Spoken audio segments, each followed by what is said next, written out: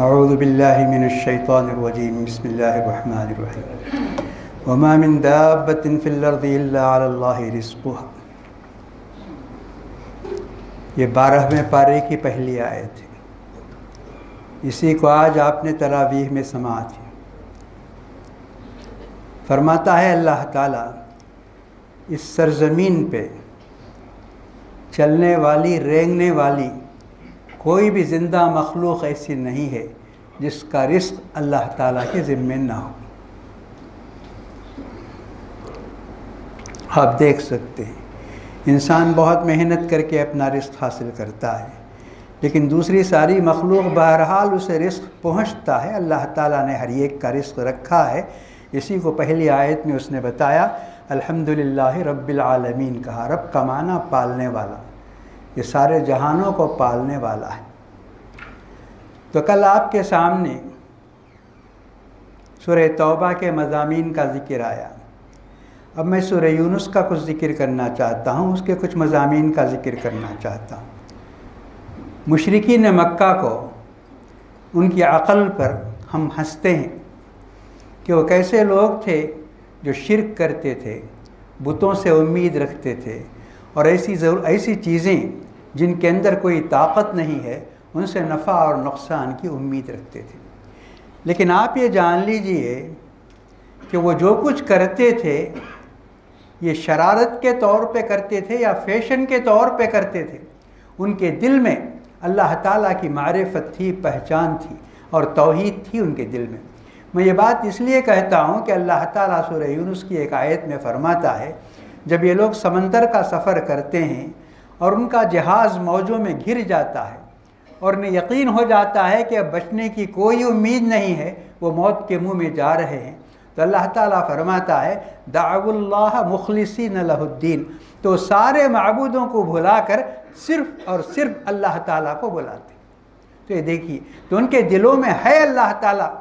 باقی وہ شرارت کے طور پر یا فیشن کے طور پر بلاتے تھے۔ جیسا کہ حدیث میں یہ بھی آیا کہ وہ طواف کرتے تھے، حج کرتے تھے، طواف کرتے تھے، تو طواف میں ان کا جو لبیک تلبیہ ہوتا تھا اس میں وہ کہتے تھے الا شریکن تملکہ وہو لا یملکہ، اے اللہ تیرا کوئی شریک نہیں ہے لیکن ایک چھوٹا شریک ہے، تو اس کا مالک ہے، وہ تیرا مالک نہیں ہے۔ تو اس طرح کی وہ بات کرتے تھے، یہ ان کی شرارت ہے، یہ ان کی خباثت ہے۔ یہ ایک بات یہ ہوئی۔ دوسری بات سورہ یونس میں اللہ تعالیٰ فرماتا ہے، اشاروں میں فرماتا ہے کہ اس سرزمین پر انسان کے علم اور انسان کی معرفت اور اس کے ایجادات و اختراعات کا اتنا غلبہ ہو جائے گا کہ وہ اس زمین کو بنا سنوار کر دلہن بنا دیں گے۔ اخذت الارض زخرفها وزینت، بن سنور کر یہ زمین دلہن بن جائے گی، اور ہر چیز کا علاج دنیا والوں کے پاس رہے گا، ہر بیماری کا علاج ان کے پاس ہوگا اور ہر مشکل کو حل کرتے جائیں گے۔ تو اللہ تعالیٰ فرماتا ہے جب وہ یہ سمجھیں گے کہ اس دنیا کا ہر مسئلہ ہم اپنے طور پر حل کر سکتے ہیں، وہ یقین کریں گے اور یقین دلائیں گے، اور اللہ تعالیٰ کا انکار کریں گے کہ دنیا ہم سے چلتی ہے، دنیا کا ہر کام ہم سے ہوتا ہے، تب اللہ تعالیٰ کا حکم آئے گا اور قیامت آئے گی۔ فرمایا اللہ تعالیٰ نے حتیٰ اذا اخذت الارض زخرفها وزینت وظن اہلها انہم قادرون علیہا، جب یہ دنیا والے یہ سمجھیں گے کہ دنیا ان کے قبضے میں ہے، جو وہ چاہتے ہیں وہی اس دنیا کے اندر ہوتا ہے، تو اتاها امرنا لیلا ونہار، تب اللہ تعالیٰ کا حکم آئے گا قیامت کا۔ رات کا وقت ہوگا یا دن کا وقت ہوگا، یہ رات کا یا دن کا شک کے لیے نہیں ہے، بلکہ یہ بتانا مقصود ہے کہ کہیں اس وقت دنیا میں رات ہوگی، کہیں دنیا میں دن ہوگا، اور اس کے بعد دنیا کو ختم کر دیا جائے گا۔ اخذت الارض اتاها امرنا لیلا ونہارا فجعلناها حصیدا کأن لم تغن بالامس، پھر یہ پوری دنیا ایسا چٹیل میدان بن جائے گی جیسے اس سے پہلے کبھی وہ آباد ہی نہیں تھی۔ اس کے بعد سورہ یونس میں ایک اور مضمون یہ ہے کہ فرعون، آپ اس کا نام بہت سنتے ہیں، قرآن میں اس کا بڑا ذکر آتا ہے، بڑے بڑے دعوے اس نے کیے تھے، اس نے یہاں تک کہا کہ میرے سوا اس دنیا میں عبادت کے لائق کوئی نہیں تھا، اور اس نے کہا اگر عبادت کے لائق کوئی ہے تو میں ان میں سب سے بڑا ہوں گا، انا ربکم الاعلی کہا۔ تو اس کے عبرتناک انجام کا تذکرہ ہے اس کے اندر کہ جب اسے دریا میں ڈبویا گیا، غوطے دیے گئے، اس نے دیکھ لیا اپنی آنکھوں سے موت کے فرشتوں کو دیکھ لیا تو اس نے کہا میں اب ایمان لاتا ہوں کہا۔ لیکن اللہ تعالیٰ نے یہ قانون شروع سے بنایا ہوا ہے کہ انسان لاکھ غلطیاں کرے اسے توبہ کرنے اور سنبھلنے کی مہلت اللہ تعالیٰ دیتا ہے، لیکن جب وہ اپنی آنکھوں سے موت کے فرشتوں کو دیکھ لیتا ہے تو پھر اس کے بعد وہ سنبھل نہیں سکتا اور اسے مہلت نہیں دی جائے گی۔ جب اس نے آنکھوں سے موت کے فرشتوں کو دیکھ لیا تو اس نے کہا کہ میں ایمان لاتا ہوں، تو موت کے فرشتے نے کہا ایمان لانے کا وقت گزر چکا ہے اور اسے یہ غوطہ دیا گیا، الآن وقد عصیت قبل وکنت من المفسدین فالیوم ننجیک ببدنک لتکون لمن خلفک آیہ۔ اتنا ہی نہیں کہ آج ہم تمہیں موت کے منہ میں لے جا رہے ہیں، بلکہ تمہارے بدن کو آئندہ آنے والوں کے لیے عبرت کا ایک سامان بنا کر باقی رکھیں گے۔ یہ اللہ تعالیٰ نے فرمایا سورہ یونس کی ایک آیت میں، اور آج جاننے والے جانتے ہیں مصر کے میوزیم میں اس کی لاش رکھی ہوئی، باقاعدہ دیکھنے اور جانے والے دیکھتے ہیں رکھی ہوئی ہے۔ تو یہ سورہ یونس کے کچھ مضامین تھے جو آپ کے سامنے بتائے میں نے۔ اس کے بعد آج سورہ ہود کو سنا آپ نے۔ ہود یہ بہت بڑے پیغمبر کا نام ہے، ان کی قوم کا نام عاد تھا، بڑی طاقتور قوم تھی۔ اللہ تعالیٰ ہر قوم کو کچھ نہ کچھ انعام دیتا ہے، کسی کو علم کے اندر نمایاں کرتا ہے، کسی کو دولت کے اندر، کسی کو طاقت کے اندر، کسی کو کچھ۔ جو بھی چیز انسان کو ملتی ہے وہ اپنے ماں کے پیٹ سے نہیں لاتا، یہ سب اللہ تعالیٰ کا دیا ہوا بخشا ہوا ہے، یہ بھیک ہوتی ہے۔ تو قوم عاد کو اللہ تعالیٰ نے طاقت دی، طاقت دے کر ان کو یہ بتایا کہ تم اس دنیا سے ظلم کو ختم کرو، ظلم کا مقابلہ کرو اور ظالموں کو جینے نہ دو، یہ اللہ تعالیٰ نے ان سے کہا۔ لیکن یہ لوگ اس طاقت کو لے کر خود ظلم کرنے لگے، مظلوموں کو ستانا شروع کیا اور دوسروں کا حق انہوں نے دبانا شروع کیا۔ تو ان کے پاس اللہ تعالیٰ نے جس پیغمبر کو بھیجا وہ ہود علیہ السلام تھے۔ ہود علیہ السلام نے ان کو سمجھایا اللہ تعالیٰ کے نام پر کہ اللہ تعالیٰ کی دعوت انہوں نے دی، کہ اللہ تعالیٰ کے دین کی انہوں نے دعوت دی، لیکن وہ قوم ماننے کے لیے تیار نہیں تھی۔ جب انسان گمراہی کے اندر غرق ہو جاتا ہے تو اس کی آنکھیں بند ہو جاتی ہیں، اس کی عقل پر پردہ پڑ جاتا ہے، اسے کچھ بھی نظر نہیں آتا۔ تو انہوں نے ماننے سے صاف انکار کر دیا، بلکہ ہود علیہ السلام کو انہوں نے چیلنج کیا، دھمکی دی، کہا کہ تم ہمارے بتوں کو برا بھلا کہتے ہو اور ان کی شان میں تم گستاخی کرتے ہو، ہمارے بت تمہیں ایسی سزا دیں گے کہ تم یاد رکھو گے۔ یہ انہوں نے کہا۔ اکیلے ہود ہیں، دیکھ لیجئے، مقابلے میں پوری قوم ہے، بڑی طاقتور قوم ہے، بڑی طاقتور۔ خود اللہ تعالیٰ فرماتا ہے اس قوم کو اپنی طاقت پر اتنا زعم تھا، وہ کہتے تھے من اشد منا قوہ، کہتے تھے آج پوری دنیا میں ہم سے طاقتور کون ہے، آج ہمارا مقابلہ کون کر سکتا ہے، اس قسم کی وہ بات کرتے تھے۔ تو ایسی قوم سامنے ہے، وہ دھمکی دیتی ہے کہ تم کو یہ ہوگا وہ ہوگا۔ تو ہود علیہ السلام اس دھمکی کے مقابلے میں کہتے ہیں جاؤ، تمہارے دل میں جو آتا ہے تم اور تمہارے سارے معبود مل کر مجھے کوشش کر لو، مجھے نقصان پہنچانے کی کوشش کر لو، میں گواہ بناتا ہوں اللہ تعالیٰ کو کہ مجھے کوئی تکلیف نہیں پہنچا سکتا، کیونکہ انی توکلت علی اللہ ربی و ربکم، کہ میرا بھروسہ، میرا ایمان اللہ تعالیٰ کی ذات پر ہے، وہی میرا بھی رب ہے اور تمہارا بھی رب ہے، اس کے مقابلے میں کوئی طاقت اس دنیا میں ٹھہر نہیں سکتی، کامیاب نہیں ہو سکتی۔ ایسا انہوں نے جواب دیا۔ حیران و پریشان ہو گئے وہ لوگ، اور یہی چیز اللہ تعالیٰ کو اس طرح پسند آئی کہ اللہ تعالیٰ نے یہ پوری سورت کا نام، اس میں کئی پیغمبروں کے تذکرے ہی سوانے ہیں، لیکن اللہ تعالیٰ نے ان تمام پیغمبروں کا نام چھوڑ کر ہود کے نام سے سورت کو رکھا، ہود کو، کیونکہ ہود نے ایسا جواب دیا۔ یہی ہر مسلمان کا ایمان ہونا چاہیے، نفع اور نقصان اللہ کے ہاتھ میں، یہ ہر مسلمان کا ایمان ہونا چاہیے۔ اس صورت میں نوح علیہ السلام کا بھی ایک قصہ ہے۔ آپ جانتے ہیں کہ نوح علیہ السلام نے بڑی لمبی مدت اللہ تعالیٰ کی طرف بلانے میں صرف فرمائی، سارے طریقے اختیار کیے جس سے انسان کی بات سمجھ میں بات آئے، سب تفصیل کے ساتھ آپ کے سامنے وقتاً فوقتاً بات آتی ہے۔ ہر طریقہ انہوں نے اختیار کیا، الگ الگ مل کر جماعت کے اندر، رات میں، دن میں، اور آہستہ کان میں اور زیادہ آواز کے ساتھ، لیکن کوئی چیز کام نہیں آئی۔ 950 سال اس طرح گزارے نوح علیہ السلام نے۔ اب اللہ تعالیٰ نے ان کو حکم دیا، اب اللہ تعالیٰ انتظار کرتا تھا کہ نوح علیہ السلام کب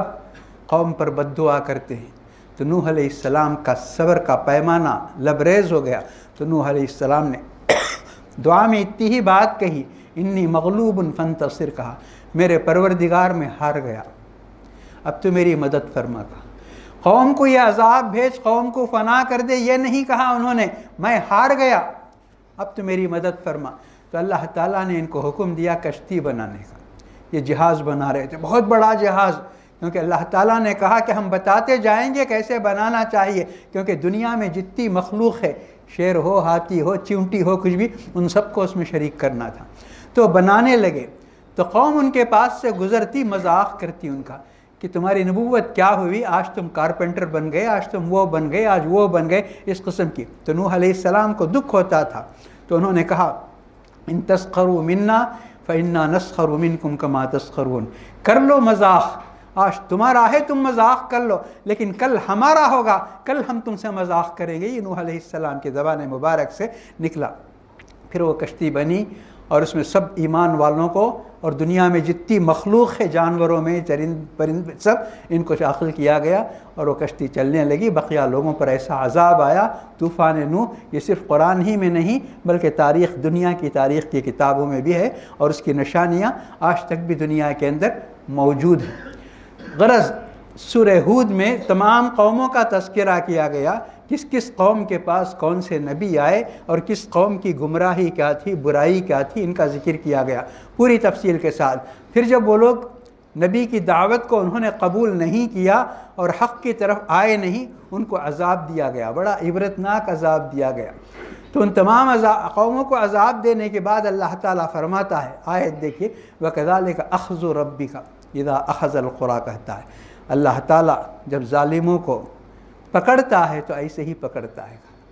وَكَذَلِكَ أَخْذُ رَبِّكَ إِذَا أَخَذَ الْقُرَىٰ وَهِيَ ظَالِمَةٌ، الفاظ دیکھیے اللہ تعالیٰ کے، جب کوئی بستی ظلم کرتی ہے، کوئی قوم ظلم کرتی ہے، کوئی حکومت ظلم کرتی ہے، کوئی حکمران ظلم کرتا ہے، اسے سنبھلنے کا، سمجھانے کا بہت موقع دیا جاتا ہے۔ اگر وہ سنبھلتا ہے تو اس کی ساری غلطیوں کو معاف کر دیا جاتا ہے، اگر وہ سنبھلتا نہیں ہے، سمجھتا نہیں ہے اور اپنی برائیوں کے اندر، اپنے ظلم کے اندر، اپنی طاقت کے گھمنڈ میں گرفتار رہتا ہے، تو اللہ تعالیٰ کی پکڑ ایسی آتی ہے کہ وہ بلبلا اٹھتا ہے۔ وَكَذَلِكَ أَخْذُ رَبِّكَ إِذَا أَخَذَ الْقُرَىٰ وَهِيَ ظَالِمَةٌ إِنَّ أَخْذَهُ أَلِيمٌ شَدِيدٌ، خود اللہ تعالیٰ فرماتا ہے اللہ کی پکڑ بڑی دردناک ہوتی ہے اور بڑی سخت ہوتی ہے۔ یہ فرمایا پوری گمراہ قوموں کا تذکرہ کرنے کے بعد۔